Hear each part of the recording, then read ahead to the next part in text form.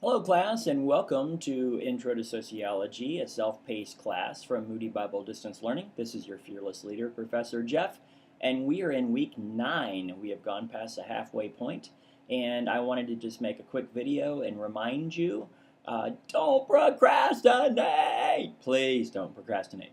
I did want to tell you that we have had a student already finish the class, and I've had some email interaction with her and some really cool comments, and I wanted to share them with you.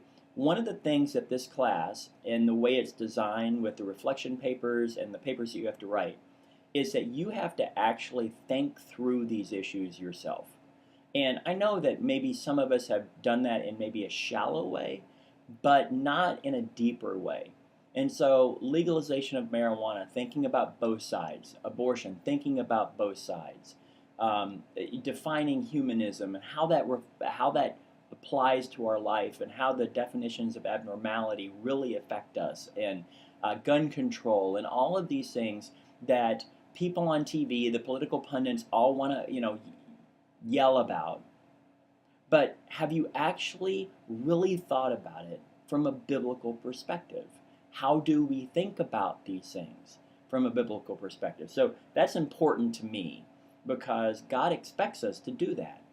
Not just to spout political ideas or opinions or even our opinions, which we can have, but we want to be able to come at this in ministry from people are going to come to you, I promise. In the last 3 years of being a youth pastor, you would not believe how many students came to me and said, "What do you think about the legalization of marijuana? If it was legal, would you smoke it?" You know, they kind of know what kind of guy I was before Jesus. Would you smoke it? And I tell them no, but then they say, "Why?"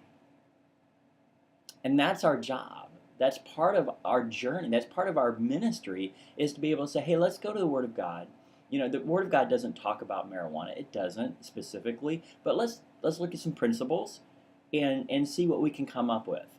And if you go into any kind of ministry, people are going to come to you and they're going to, number one, people are going to come to you and try to tell you what opinions you should have. And then number two, people are going to come to you sincerely and say, what do you think about this? And so even right now, there's this huge deal going on with The Shack, right? It was a book and now it's a movie, and people are interested and they're asking questions about that. And so one of the rules that my daughter made many, many years ago was I can't talk about something if I haven't read it or I haven't seen it. And I have found that to work well for me because she made that rule because of Twilight. I was talking about Twilight, I had not read it, and she got really frustrated with me and she said, "You don't know what you're talking about." And that was true. And so I read it, and it was complete drivel, and then I was able to talk about it.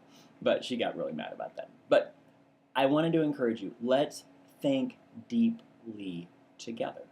Okay?